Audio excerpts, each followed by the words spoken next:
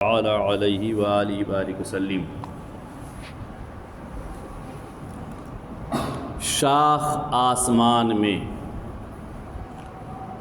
آقا کریم رؤوف الرحیم امام الانبیاء شفیع محشر صلی اللہ تعالی علیہ وسلم نے ارشاد فرمایا، قولوا لا الہ الا اللہ تفلحوا، کہ لا الہ الا اللہ کہو فلاح پا جاؤ گے، نجات پا جاؤ گے۔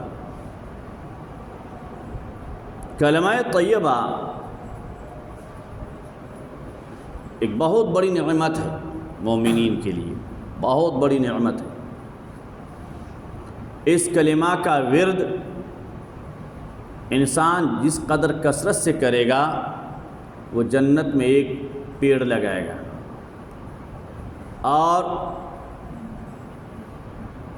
اپنی زندگی میں 1,25,000 جس نے پڑھ لیا، پڑھ کے رکھا، اللہ رب العزت اسے مرنے کے بعد عذاب جہنم سے آزاد کر دے گا، قبر کے عذاب سے بھی اللہ تعالیٰ اسے نجات دے گا۔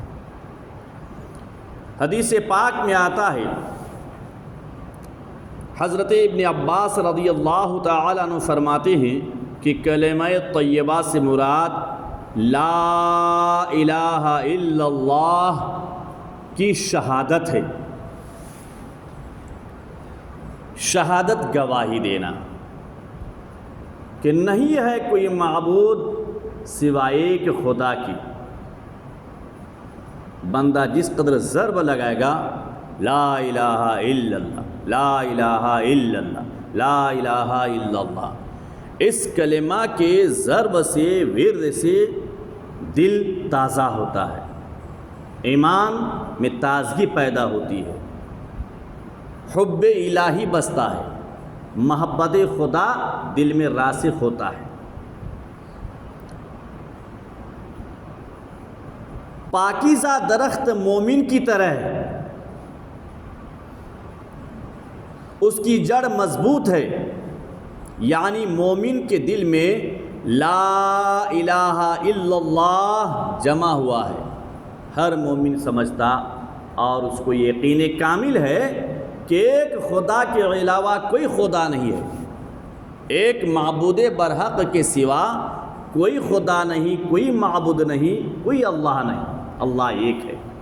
اور اس کلمہ میں بندہ گواہی دیتا ہے، لا نہیں، الہ معبود، الا مگر، اللہ اللہ۔ تو انسان جب پورا کلمہ پڑھتا ہے لا الہ الا اللہ، نہیں ہے کوئی معبود، نہیں ہے کوئی خدا سوائے ایک معبود برحق کے، ایک اللہ کے، اس کی شاخ آسمان میں ہے، اس کلمہ کی شاخ آسمان میں ہے، یعنی کلمہ طیبہ کی وجہ سے اس کے اعمال آسمان کی طرف اٹھائے جاتے ہیں۔ جب بندہ اس کلمہ کا ضرب لگاتا ہے لا الہ الا اللہ، لا الہ الا اللہ، لا الہ الا اللہ، اس کلمہ کے ضرب سے اللہ تعالیٰ اس کے اعمال کو آسمان کے جانب اٹھاتا ہے۔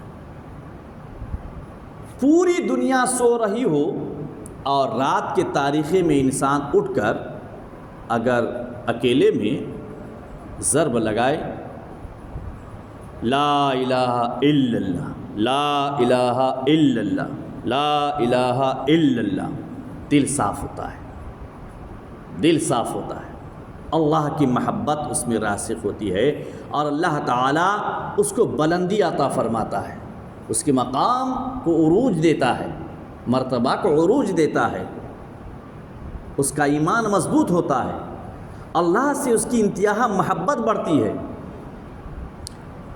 ابن ابی حاتم میں ہے کہ کسی نے حضرت رسول مقبول صلی اللہ تعالی وسلم امام الانبیاء شفیع محشر مالک بحر بر حاکم خشکتر صاحب انا اعطیناک الکوثر سے عرض کیا کہ اللہ کے رسول صلی اللہ تعالی علیہ وسلم، مالدار لوگ درجات میں بہت بڑھ گئے، اس نے زکوٰۃ ادا کیا، ثواب پا لیا، اس نے روزے داروں کو افطار کرایا، ثواب حاصل کیا، اس نے صدقات دیا، ثواب حاصل کیا، اس نے غریبوں کی مدد کیا، ثواب حاصل کیا، یتیموں کی مدد کیا، ثواب حاصل کیا، اپنے مال کی زکوٰۃ نکالا، ثواب حاصل کیا، خانہ کعبہ کا حج کیا، ثواب حاصل کیا، رسول کونین کے روضے کا زیارت کیا، ثواب حاصل کیا، تو غریبوں سے کئی پر تو آگے بڑھ گئے مالدار۔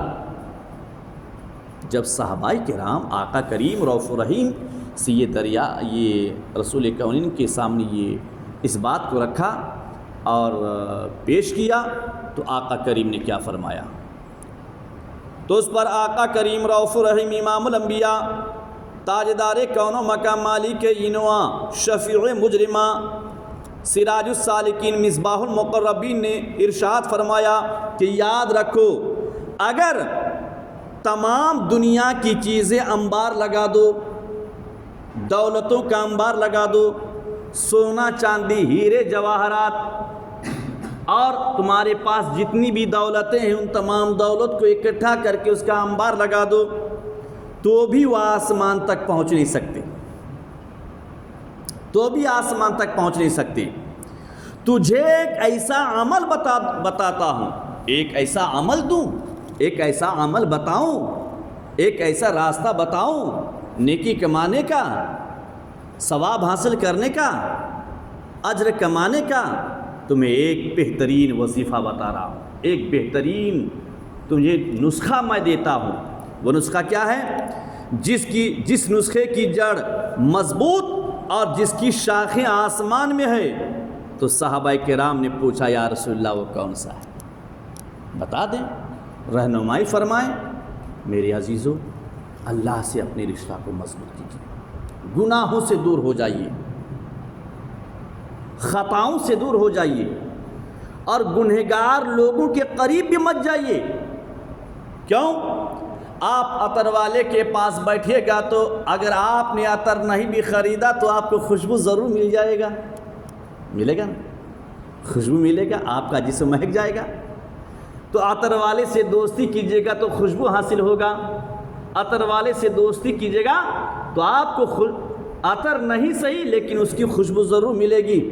اور وہی اگر کسی لوہار سے محبت کیجیے گا، آپ نہیں بھی کام کریں گے تو اس کی چنگاری سے کپڑے میں داغ ضرور لگے گا۔ اسی طرح نیک انسان کے پاس بیٹھیے گا، اس سے اپنا ریلیشن رکھیے گا، اس سے دوستی رکھیے گا، اس سے محبت کیجیے گا، تو دنیا کے ساتھ ساتھ دین بھی ہاتھ آئے گا۔ دنیا تو آئے گا ہی آئے گا، دنیا دے گا جب آپ اللہ کے سامنے جھکیے گا اور اللہ کے نیک بندوں سے اپنا ریلیشن رکھیے گا، علماء کرام کے قریب بیٹھیے گا، تو آپ کو دنیا کے ساتھ ساتھ دین بھی ملے گا۔ لیکن گنہگار کے پاس بیٹھیے گا، زنا کرنے والے کے سے محبت کیجیے گا تو آپ کو ڈھکیل کر زنا کے گڈھے میں اتارے گا۔ آپ دارو پینے والے سے محبت کیجیے گا تو ایک نہ ایک دن آپ کو بھی وہ ایک کوارٹر پلا ہی دے گا۔ تو اچھی زندگی کا ستیہ ناش ہو جائے گا، اچھی زندگی کا خرابہ ہو جائے گی، گناہوں کے دلدل میں پھنس جائیے گا۔ کون سا بھی گناہ ہو، آپ گناہ کرنے والوں سے محبت کیجیے گا، گناہ کرنے والوں سے رشتہ رکھیے گا، گناہ کرنے والوں سے آپ قریب ہو جائیے گا، تو آپ کی اچھی خاصی صاف ستھری لائف میں داغ پڑ جائے گا۔ جو سفید کاغذ ہے، کوڑا کاغذ میں داغ آ ہی جائے گا۔ اس لیے علماء کرام کے قریب آئیے، اپنی آخرت کو بھی سدھاریے اور دنیا بھی کمائیے، دنیا بھی کمائیے۔ تو فرماتے ہیں آقا نے ارشاد فرمایا، میں تجھے ایک ایسا عمل بتاتا ہوں، ایسا وظیفہ بتاتا ہوں جس کی جڑ مضبوط ہے اور جس کی شاخیں یعنی ٹہنیاں آسمان تک ہے۔ انہوں نے پوچھا یا رسول اللہ جلد بتائیں وہ کون سا وظیفہ ہے، وہ کون سی نسخہ ہے؟